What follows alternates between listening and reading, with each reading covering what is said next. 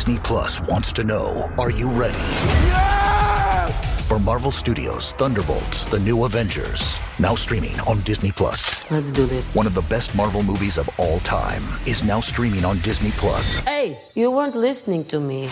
I said Thunderbolts, The New Avengers is now streaming on Disney Plus. Meet the New Avengers. That's a cool name. Marvel Studios' Thunderbolts, The New Avengers, rated PG-13, now streaming on, you guessed it, Disney Plus. Resulta súper fascinante visualizar esta escena que la verdad parece sacada, literal de una superproducción de Hollywood, pero que es pura crudeza histórica. Haz de cuenta, hace un frío helado, el viento está aullando durísimo y una niebla gris se levanta sobre las aguas súper turbias del río Danubio. Claro, en plena frontera, ¿no? Exacto, en la frontera del Imperio Romano. Hay barro por todas partes, campamentos militares así, todos improvisados, y un ruido constante ensordecedor de las tropas preparándose para la guerra. Y justo en medio de todo este caos, dentro de una tienda de campaña resguardada apenas del clima, está sentado el hombre más poderoso del mundo. Un líder que, tiene un imperio que abarca continentes enteros. Que ya de por sí es una imagen fuerte. Súper fuerte. Y lo impactante es que no está dictando leyes, ni está planeando tácticas para masacrar a los germanos. Está escribiendo en un diario personal a la luz de una lámpara de aceite, luchando contra sus propios demonios y recordándose a sí mismo, a través de la filosofía, cómo no perder su humanidad. Es que es una imagen que rompe por completo nuestros esquemas sobre el poder. Siempre existe esta noción maquiavélica de que el poder absoluto corrompe absolutamente. Pero en esa tienda, en Carnuntum, vemos exactamente lo contrario.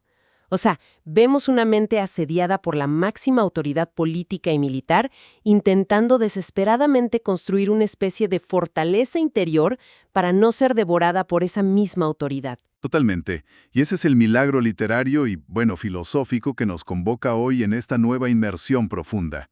Tenemos entre manos una verdadera joya, y me emociona muchísimo, basada en la edición de la Biblioteca Clásica Gredos de las Meditaciones de Marco Aurelio. Una edición preciosa, por cierto. Bellísima.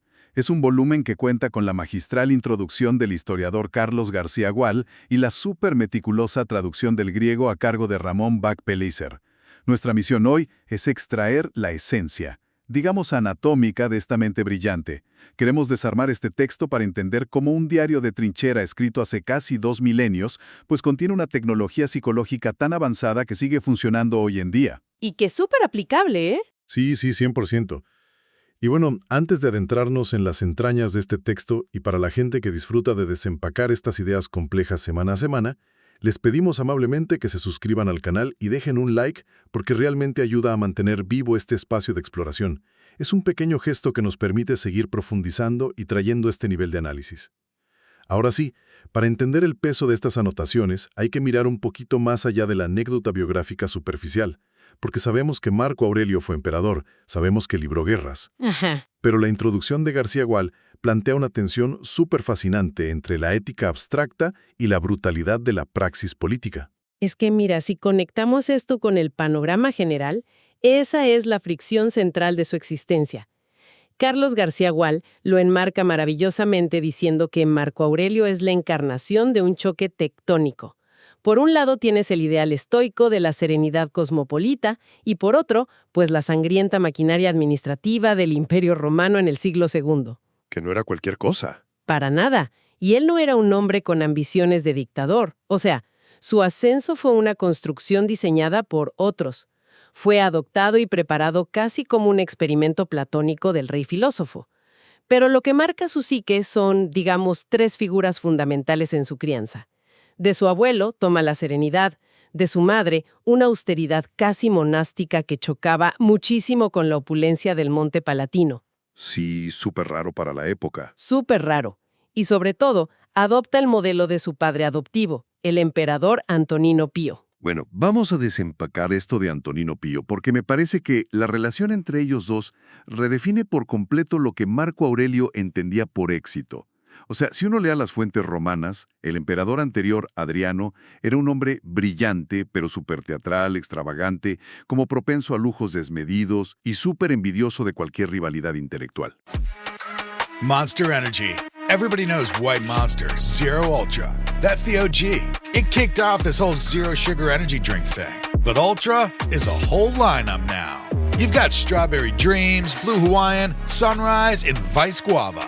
And they all bring the Monster Energy punch. So if you've been living in the white can, branch out. Ultra's got a flavor for every vibe. And every single one is zero sugar. Tap the banner to learn more. Sí, un ego gigante. Exacto.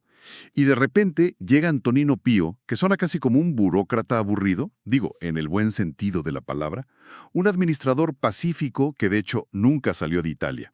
Entonces, la duda es, ¿qué mecanismo psicológico hace que el joven Marco Aurelio idolatre a este administrador tan gris por encima del glamuroso Adriano? Es una cuestión de valores operativos, totalmente. O sea, para Marco Aurelio, Adriano representaba la inestabilidad de las pasiones, el ego desatado que mencionabas. Antonino Pío, en cambio, representaba la función sin fricción. Y hay un detalle crucial que las fuentes recogen sobre el hecho de muerte de Antonino. A ver, cuéntanos.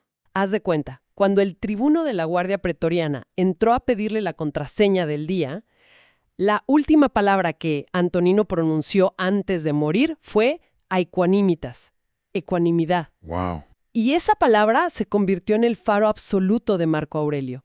Hay una parte en su diario donde se repite a sí mismo, en todo sé un discípulo de Antonino, porque él buscaba replicar esa cualidad de caballero campesino, trabajador, impasible ante la adulación, alguien que simplemente no necesitaba la validación externa. Eloni, de elegir ese camino de la ecuanimidad en esa época era ir súper en contra de la corriente intelectual, ¿no?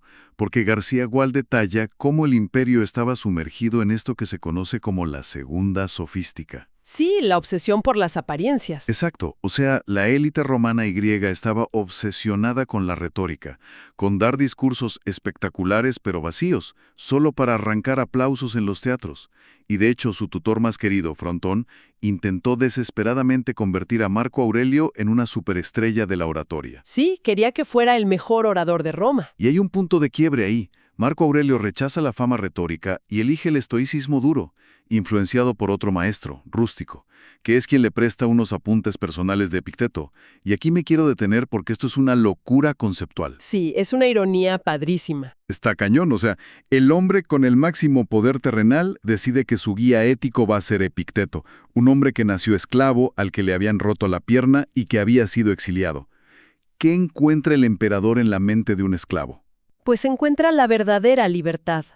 Así de simple. Lo que Epicteto desarrolla y que Rústico le transmite a Marco Aurelio es la doctrina de la dicotomía del control. Que es la base de todo. Exacto. Es la idea súper radical de que no controlamos absolutamente nada externo. O sea, ni la salud, ni la riqueza, ni la lealtad de nuestros ejércitos, ni siquiera la vida de nuestros propios hijos. Lo único que está bajo nuestro dominio absoluto es cómo elegimos responder a esas circunstancias, nuestro albedrío moral. Claro. Y para un esclavo como Epicteto, esa idea era supervivencia física, pero para un emperador con poder ilimitado era supervivencia moral.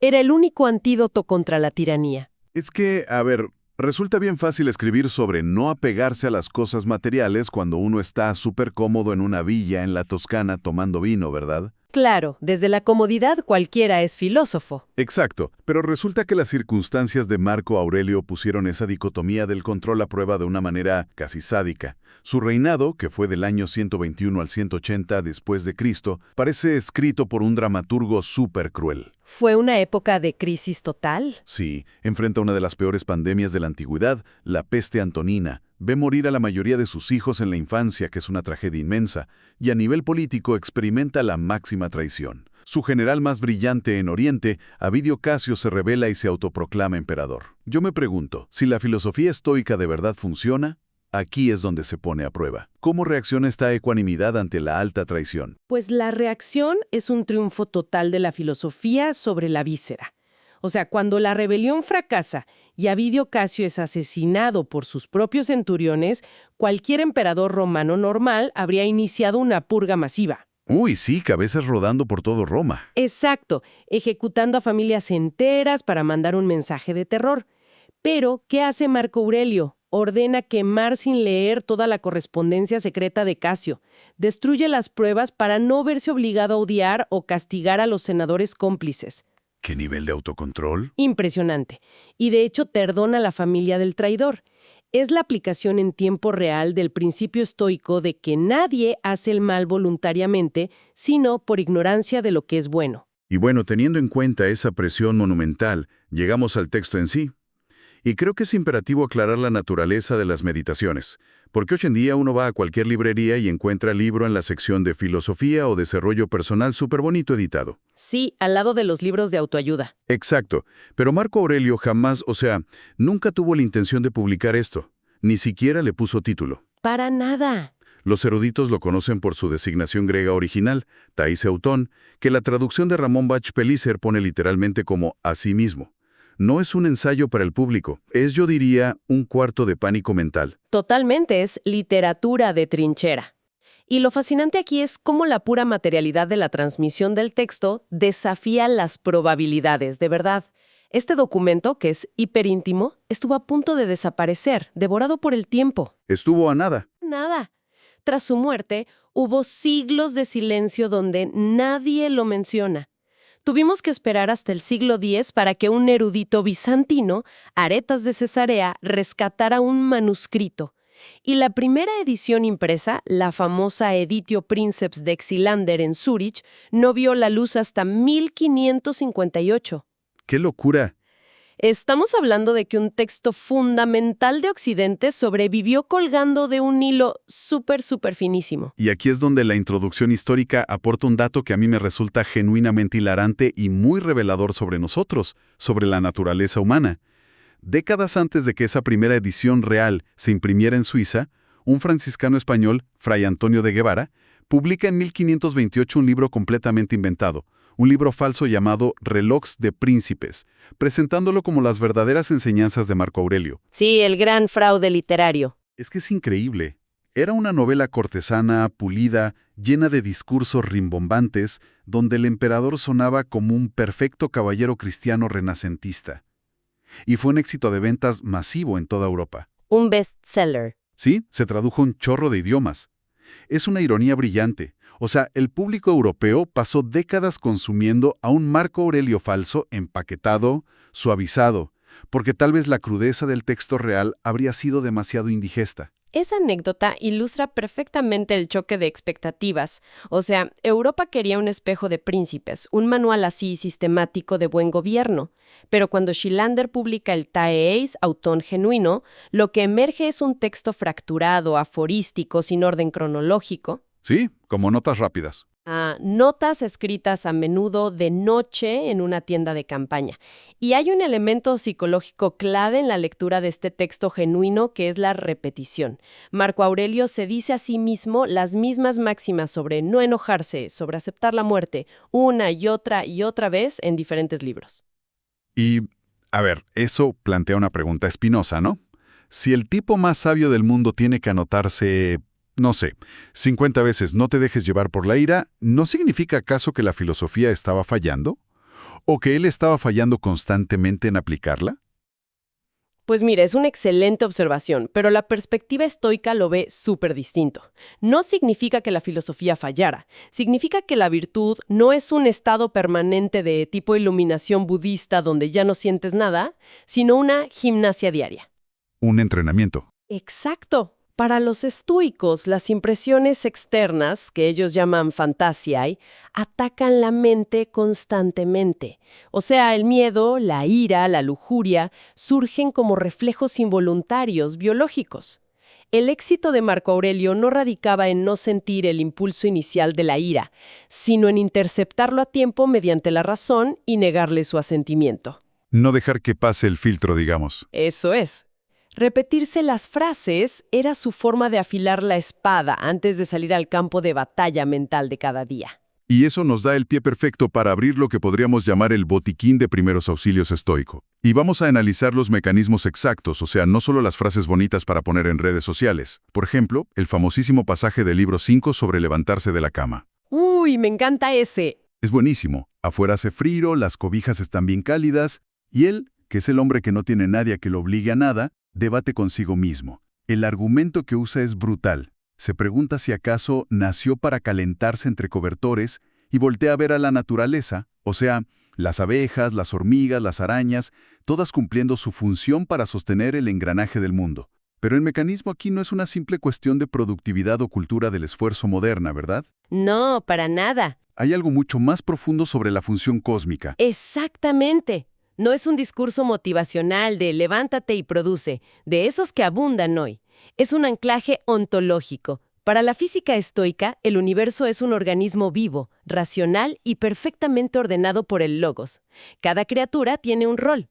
Entonces, retrasar tu tarea no es solo pereza, es una transgresión contra la naturaleza entera. Te estás rebelando contra el universo, básicamente. Literal, es ir contra la razón del universo. Órale. Y bueno, una vez fuera de la cama, viene el choque inevitable con los demás.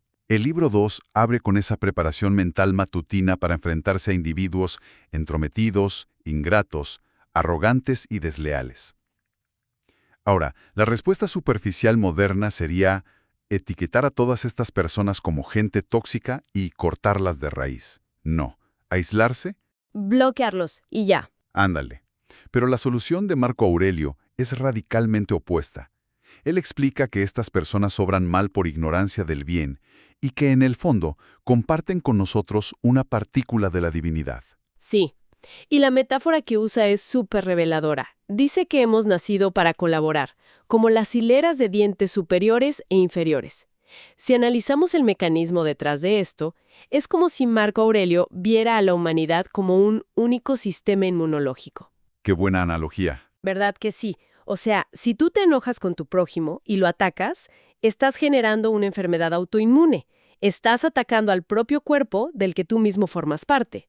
La filosofía aquí actúa como un filtro. El otro puede lanzar el insulto, pero tú tienes el control exclusivo de si ese insulto te lastima o no. A ver, pero me quiero detener ahí un segundo, porque esto siempre genera resistencia en quienes nos escuchan. Para lograr ese nivel así súper alto de imperturbabilidad, García Gual y otros comentaristas explican que Marco Aurelio se apoyaba en el dogma de la composición tripartita del ser humano. Él divide a la persona en tres partes, ¿no? Sí. El cuerpo o carne, el soma, el alma o aliento vital, la psique, que es donde residen los instintos, y finalmente el hegemonicón, que es el principio rector, la inteligencia divina interior. El objetivo es que el hegemonicón se vuelva una fortaleza inexpugnable, que nada de afuera lo altere.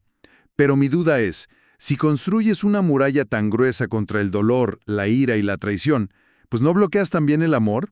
O sea, ¿cómo podía él amar a su esposa Faustina o llorar a sus hijos muertos si su meta era ser una fortaleza apática?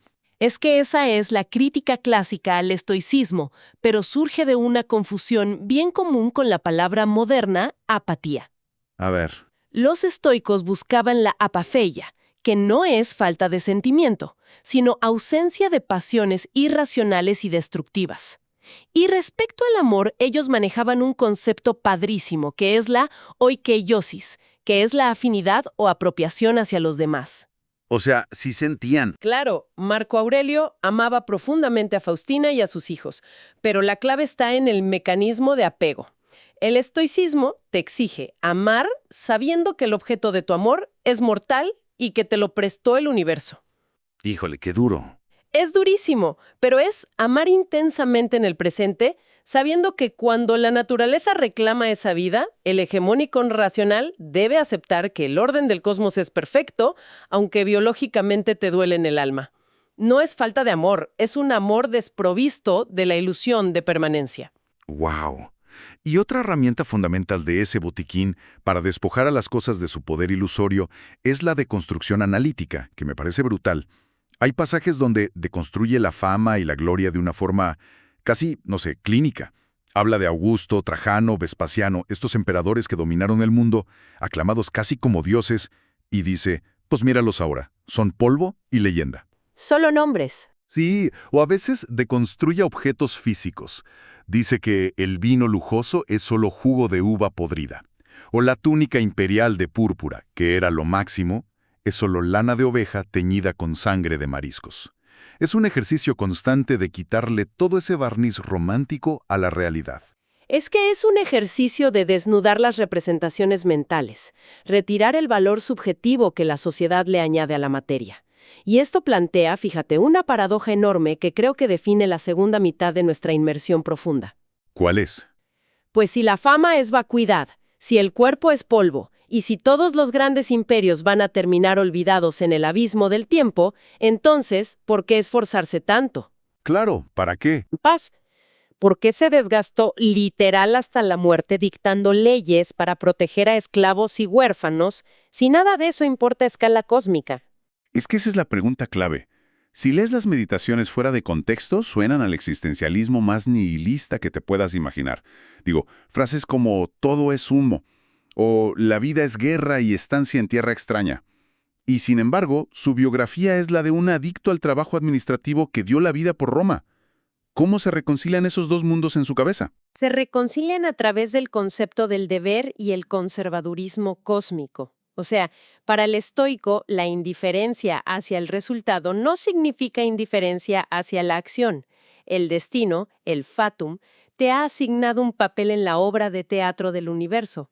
Tú no elegiste ser el emperador de Roma, pero ya que te tocó, tu única responsabilidad moral es interpretarlo con la máxima excelencia posible. ¡Qué fuerte! O sea, haz tu trabajo bien, no importa el resultado. Sí, la libertad verdadera no es hacer lo que se te da la gana, sino adherir tu voluntad a la voluntad del cosmos. El servicio al Estado es, en ese sentido estricto, una liturgia sagrada. Y bueno, esa obediencia absoluta al Estado y al orden cósmico nos lleva inevitablemente a la contradicción histórica más dura de su reinado, un tema que las introducciones académicas, como la de García Gual, analizan con muchísima cautela, porque pues rompe un poco esta imagen del emperador perfecto y pacífico. Claro, el lado oscuro, digamos.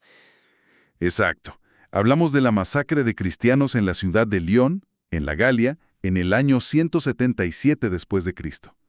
Desde el análisis objetivo, ¿cómo es posible que un filósofo humanitario que perdona a sus propios asesinos políticos, como Ovidio Casio, firme o permita edictos que resultan en ejecuciones atroces por motivos religiosos? Es un tema súper complejo. Si analizamos los hechos desde la pura tensión histórica, intentando no caer en anacronismos morales o juicios de valor de buenos contra malos, lo que vemos es un trágico choque de sistemas operativos incompatibles. A ver, explícanos eso de sistemas operativos. Para entender por qué el estoicismo imperial persiguió al cristianismo naciente, hay que ver cómo percibía el logos estoico a la fe cristiana. Para Marco Aurelio, la razón divina era inmanente, o sea, habitaba en el orden de la naturaleza y del propio Estado romano. Las ceremonias religiosas tradicionales no eran solo dogmas ciegos, eran actos de cohesión social. Era el pegamento del imperio. Exacto, era la Pax Deorum que mantenía unido al imperio frente a los bárbaros. Claro, entonces cuando aparece una comunidad que se niega rotundamente a participar en los ritos cívicos, que dice que el emperador y sus dioses son falsos, pues desde la perspectiva administrativa de Roma no parecen un grupo espiritual inofensivo, parecen anarquistas políticos. Son una amenaza estatal. Sí, parecen una secta irracional que amenaza la estabilidad de un imperio que, recordemos, ya se está cayendo a pedazos por la guerra y la peste. Exactamente. Se perciben como un peligro público real, y el filólogo clásico Ulrich von Wilamowitz-Meldendorf lo resume con una precisión así quirúrgica que el texto de Gredos rescata padrísimo. Wilamowitz argumenta que Marco Aurelio poseía una fe racional absoluta en el orden del universo y una caridad o bondad natural innegable, pero carecía de algo fundamental. ¿De qué carecía? De la esperanza. El estoicismo ofrecía a la élite una resignación estoica, melancólica y hasta desesperada frente a la disolución del mundo. El cristianismo, en cambio, le ofrecía a las masas una promesa supervibrante de salvación y vida eterna. Claro, es otra perspectiva totalmente. Eran paradigmas destinados a colisionar violentamente. El emperador no veía mártires heroicos en el circo, veía fanáticos exhibicionistas que despreciaban la vida y la racionalidad por la que él tanto luchaba a diario. Es una forma brillante de estructurarlo. O sea, no presentarlo como un cuento de villanos malvados, sino como la tragedia ineludible de dos visiones del mundo que hablaban lenguajes que simplemente no se podían traducir el uno al otro en el siglo II. Y creo que esto nos enseña muchísimo sobre la ceguera inherente que todos tenemos dentro de nuestros propios paradigmas lógicos. Así es la máxima tragedia de las obligaciones cruzadas cuando tienes el poder absoluto en tiempos de pura angustia sistémica. Y bueno, recorriendo todo este camino analítico, destilando la supertraducción de Bach Pellicer y el contexto histórico de García Gual, creo firmemente que la lección perdurable de este diario es la conquista del territorio invisible. Marco Aurelio nos demuestra de forma muy empírica que el mayor imperio que un ser humano puede gobernar no tiene fronteras de tierra ni ríos defendibles. Totalmente. Es el arte de edificar un santuario interior. Él lo plasma literal en una frase. En ninguna parte un hombre se retira con mayor tranquilidad que en su propia alma. Y lo que le otorga una autoridad abrumadora a estas palabras es que, bueno, no son castillos en el aire construidos desde la comodidad de una torre académica. Son verdades forjadas a martillazos en el fango de la realidad, entre la sangre, la traición y la fatiga crónica. Y para ilustrar justo cómo lidiar con esa fatiga crónica está El último suspiro. El libro 12 ofrece una analogía teatral maravillosa que cierra el texto casi como si fuera un testamento. A ver. Marco Aurelio observa que el arte de vivir no es como la danza, sino como la lucha libre, porque exige mantenerse firme ante golpes súper imprevistos. Y compara el final de la vida con un actor al que el director que lo contrató le pide que ya abandone el escenario. Y el actor se indigna y protesta. Pero si no ha actuado los 5 actos de la obra, solo 3. Como quejándose, ¿no? Exacto. A lo que el universo responde. En tu caso, los 3 actos son la obra entera. Quien decreta el final no eres tú. Vete, pues, con ánimo propicio porque te aguarda propicio el que ahora te libera. Es de una belleza y una contundencia demoledoras. O sea, aceptar que no controlamos la duración de nuestra obra, solo la calidad de nuestra actuación. Y esto deja en el aire una última paradoja súper fascinante para la comunidad que nos acompaña hoy, algo para que lo mastiquen en privado. A ver, si Marco Aurelio hubiera heredado un imperio en paz prolongada, si nunca hubiera tenido que sentarse en esa tienda helada rodeado de muerte y traición, la pregunta es, ¿habría alcanzado alguna vez este nivel de profundidad filosófica? Qué buena pregunta. ¿O acaso fue precisamente el caos infernal de su vida externa el único horno capaz de forjar una ecuanimidad tan pura? Quizás la filosofía más brillante requiere de las peores circunstancias para nacer. Muchísimas gracias a todos por acompañarnos en este ejercicio de introspección histórica. Sigan cuestionando sus propios paradigmas y nos encontramos en la próxima inmersión.